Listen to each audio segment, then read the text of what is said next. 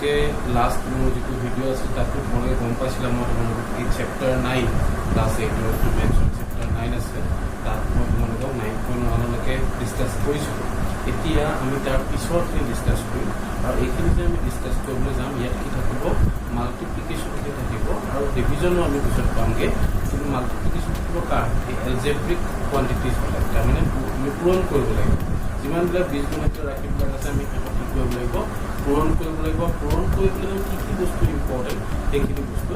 আমি শিকিব লাগিব। গতিকে আহা ভিডিঅ'টো আমি আৰম্ভ কৰোঁ। তো প্ৰথমতে আমি এক্সাৰচাইজ 9.2 যিটো আছে সেই 9.2 কুৱেশ্যন নম্বৰ 1ৰখিনি কৰিবলৈ ট্ৰাই কৰিম। কেনেকেনো কৰা যায় আমি প্ৰথমতে কি কৰিব যিহেতু এইটো বস্তু তোমালোক কমপ্লিটলি নতুন যিবিলাকে এইখিনি পঢ়িছে তাৰ কাৰণে বহুত সহজ যেন লাগিব পাৰে একেবাৰে ইজি যেন লাগিব পাৰে কিন্তু আমি বেচিক্সৰ পৰা আমি বস্তুটো আৰম্ভ কৰিম যে কোনোবা যদি একেবাৰে নাজানে তেওঁ কেনেকেনো এনেকুৱা পূৰণবিলাক বা মাল্টিপ্লিকেশ্যনবিলাক কৰিবলৈ আগবাঢ়িব সেই বস্তুটো মই দেখাম। তো ইয়াতে 9.2 ফাৰ্ষ্টতে গোটেইখিনি কুৱেশ্যন সেইটোৱে আছে যে আমি মাল্টিপ্লাই কৰিব লাগিব। তো ইয়াতে 4 আৰু 7p আছে। তো ইয়াতে আমি কি কৰিম ইহঁতৰ যিকেইটা ফাৰ্ষ্টতে আমি এনেকৈ লিখি লৈছোঁ 4 × 7p। নেক্সট আমি কি কৰিম সিহঁতৰ যিখিনি কোএফিচিয়েণ্ট মানে সহগ তো এই সহগ বুলি চাবলৈ গ'লে 4টো অকলে আছে তো সি অকলে আহি গ'ল। এই p আগত 7 আছিল তো এই 7টো এলাই আহিব আৰু p তো এইটো হৈ যাব কিমান 28p। ঠিক আছে এইটো হৈ গ'ল 28p। ইয়াত আমাৰ একো কৰিব লগা নাই আমাৰ এটাই কাম আছে কি আমি কোএফিচিয়েণ্ট মানে সহগখিনিক বেলেগ কৰিম আৰু পিছত থকা যিটো বীজগণিত ৰাশি থাকিব তাকো বেলেগকে পূৰণ কৰিম বাস। তো এতিয়া চাম নেক্সট বস্তুটো -4p × 7p। এইটো যদি আমি মাল্টিপ্লাই কৰিবলৈ যাম তেতিয়াহ'লে কি হ'ব -4 × 7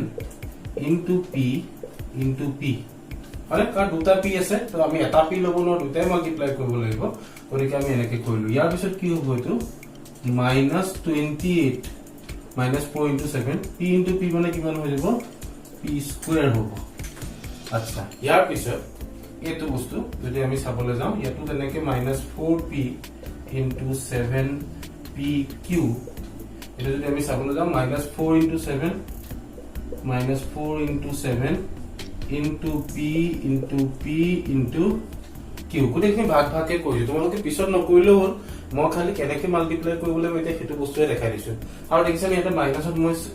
মাইনাছ থকা টাৰ্মটোত মই ব্ৰেকেট দিছো এইটো দিবা তেতিয়া তোমালোকৰ অংকত ভুল হোৱাৰ চান্সটো বহুতখিনিলৈকে কমি যাব।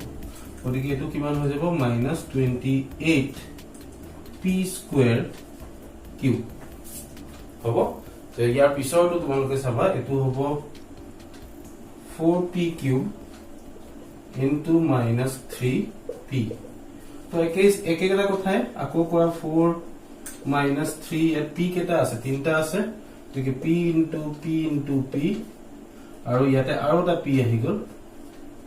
তো এতিয়া আমি চাম কিমান হ'ব আনসাৰটো। যদি আমি আনসাৰটো চাবলৈ যাওঁ তেতিয়াহ'লে আমি ইয়াতে দেখিছো 4 × -3 কিমান হ'ব -12 আৰু p আছে তাতে 4টা গতিকে সেইটো হৈ যাব -12p⁴। এতিয়া লাষ্টত আছে 4p, 0 4p × 0। এতিয়া ইয়াতে এটা আচৰিত কথা আছে যে যিয়ে নহওক কিয় বোলে এলজেব্ৰা হলে কিবা নিয়ম বেলেগ হ'ব সেইটো একো তেনেকুৱা কথা নাই একেবাৰে সহজ কথা। কি কথা 0ক আমি হাতী ঘোঁৰা যাৰ লগতে পূৰণ নকৰোঁ কিয় মাল্টিপ্লাই নকৰোঁ কিয় শেষত গৈ লৈ কি হ'বগে এইটো সদায় 0ই হ'ব শূন্যই হ'ব। গতিকে এতিয়া কি আহিব 0 আহিব। গতিকে তোমালোকে আই হোপ এইখিনি বুজি পাইছা আৰু তোমালোক মই অলপ সময়ৰ কাৰণে ভিডিঅ'টো পজ কৰি ল'বলৈ ক'লো যাতে তোমালোকে গোটেইখিনি কপি কৰি ল'ব পাৰা। ওকে ইয়াৰ পিছত আমি কুৱেশ্যন নম্বৰ 5টো ডিছকাছ কৰিম। কুৱেশ্যন নম্বৰ 5টোত কি আছে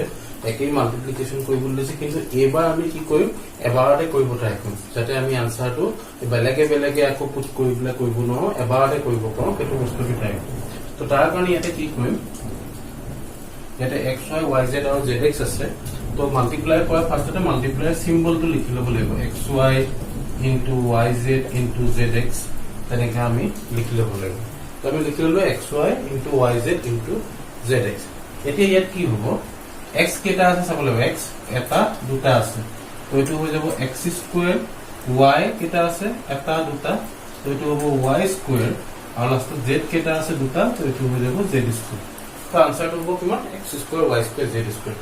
বেলেগ বেলেগকে লিখি থকাৰ আৰু প্ৰয়োজন নাই। আমি পাছটো দেখাই দিছো এইটো কাৰণে কাৰোবাৰ কনফিউজন হ'ব পাৰে বেসিক্সটো কি সেইটো জানিবৰ কাৰণে, কিন্তু এতিয়া আৰু তোমালোকে এবাৰতে কৰিবলৈ ট্ৰাই কৰিব। তো ইয়াৰ পিছত আকৌ কি হ'ব, এইটো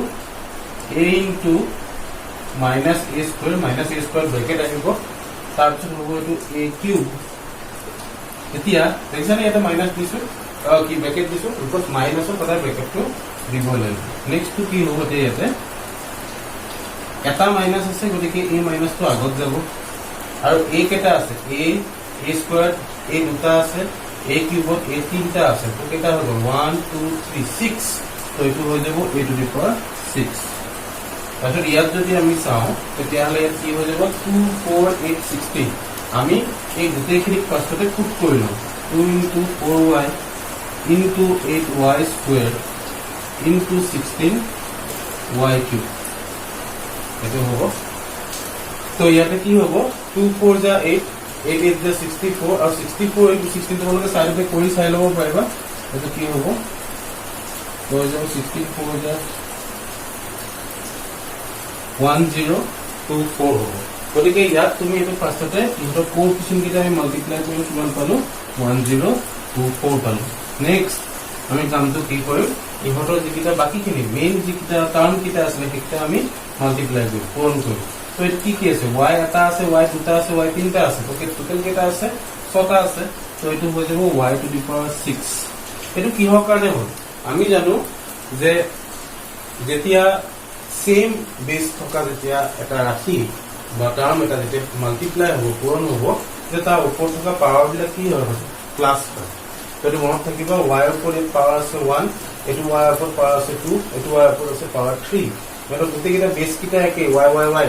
একো বেলেগ নহয়। গতিকে সিহঁতৰ ওপৰৰ পাৱাৰ কেইটা কি হ'ব, প্লাছ হ'ব, so y to the power 6। In case কোনোবা যদি নাজানে মই বস্তুটো শিকাই দিছো। নেক্সট কি আছে, a twice b 3c 6 abc লিখি লোৱা সেইকেইটা, a into twice b into 3c into 6 abc। তো ইয়াত কি হৈ যাব 2 into 3 6 6 into 6 কিমান হ'ব 36 হ'ব। আৰু বাকীখিনি যদি আমি চাবলৈ যাওঁ ইয়াতে a b c আছে, ইয়াতো a b c আছে, তাৰমানে a দুটা আছে, b দুটা আছে, c দুটা আছে। তো আমি ডাইৰেক্ট লিখিব পাৰিম এইটো কিমান বুলি a square b square c square দুটা।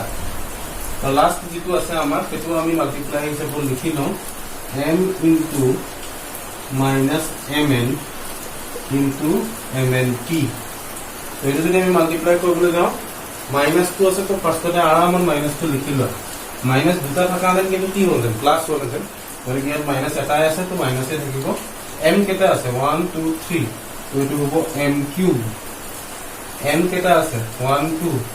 তো হ'ব m স্কোয়াৰ, আৰু p আছে এটা, তো এইটো হৈ যাব m cube n square p। তো তোমালোকে সেই বস্তুখিনি চাবা, সাইন কোএফিচিয়েন্ট মানে সহগ ঋণাত্মক হৈ আছে ধনাত্মক হৈ আছে সেইটো বস্তু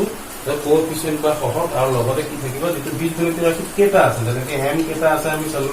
n কেইটা আছে, p কেইটা আছে চালো, তেনেকে আমি গোটেইখিনি কৰিব লাগিব। তো এই গোটেইখিনি তোমালোকে এবাৰ কপি কৰি লোৱা।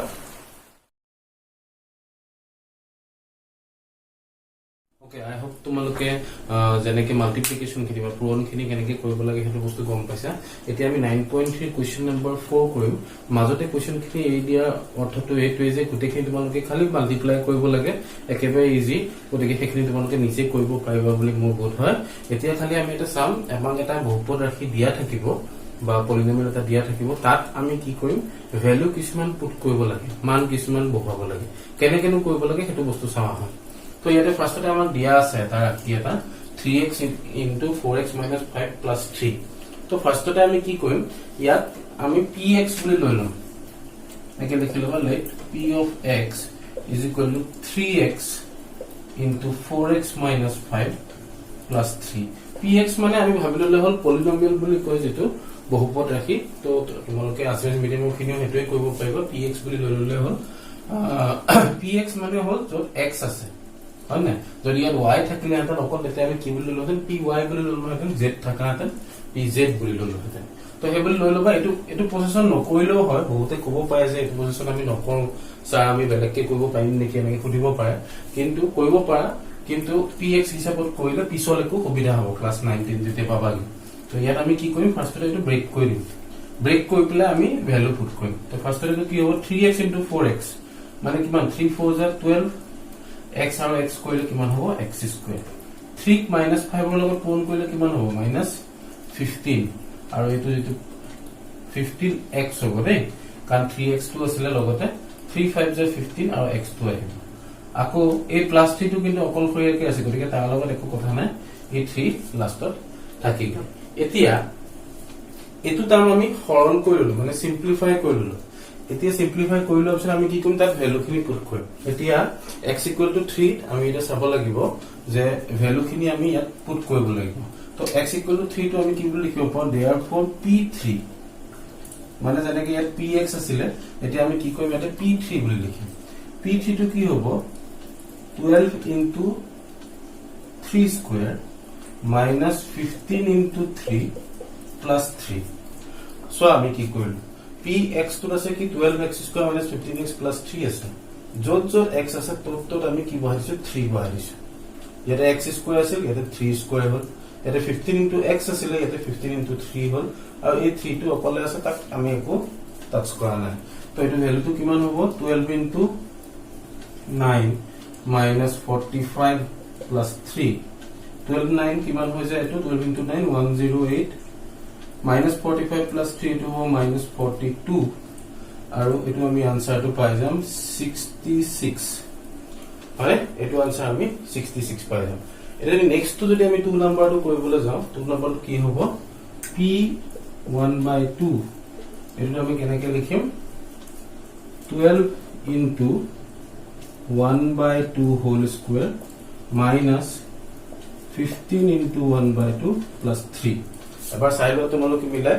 x square আমি কি বহালো 1/2 whole square বহালো 15x ত 15 into 1/2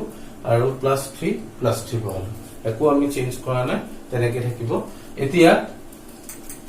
সহজ কথা এটা টান হিচাপে ললে টান হৈ যাবগে এটা সিম্পল কে ৰাখিবা যে x ৰ জাগাত এই ভ্যালুটো পুট কৰিম বাস তো 12 into 1/2 এটো হ'ব 12 into 1/4 minus 15/2 plus 3 তো 4 দি কৰিলে তো 3 হৈ যাব 4 12 3 টাইমস যাব 3 plus 3 6 minus 15/2 পাই যাম এনেকে পালো 4 দি 12 3 টাইমস যাব 3 plus 3 6 হ'ব minus 15/2 তো অটোমেটিক্যালি আহি যাব যদি আমি এলসিএম লৈ প্লে কৰিব চাও এটো হ'ব 12 minus 15 আনসারটো লাষ্টত পাই যাম minus 3/2 এটোই হ'ব আনসারটো তোমালোকে এবাৰ অলপ সময়ৰ কাৰণে ভিডিওটো পজ কৰি লৈ প্লে কপি কৰি লও এতিয়া আমি 9.3 যেটো লাষ্টৰ কোৱেশ্চনটো আছে হেতুলে আমি যাম এটো কোৱেশ্চনত অলপমান আমি সিম্পলিফাই ফলে আগবাইছো মানে যত কি থাকিব প্লাসও থাকিব মাইনাসও থাকিব মাল্টিপ্লিকেশনও থাকিব সব থাকিব তো সেইখিনি আমি লাহে লাহে স্টার্ট কৰিব লৈছো তো ইয়াতে এটা প্লাস আছে এটা মাইনাস কৰিবলৈ আছে তো দুইটা অলপমান সিম্পলিফাই কৰিলে তোমালোকে কোৱেশ্চন কিটাৰ লগত মিলাই লবা এতিয়া চাওঁচোন এটো কেনেকৈ কৰা যায় তো ফাৰ্ষ্টতে কি কৰিবা সদায় যেতিয়া এটো প্লাস কৰিবলৈ দিছে ইহতটা আমি সদায় কি কৰিলে ইহতক সিম্পলিফাই কৰিম সিম্পলিফাই মানে সৰল কৰা মানে কি হ'ল ইহতক আমি ভাঙি দিম ব্ৰেক কৰি দিম তো এটো হ'ব twice xz minus twice x square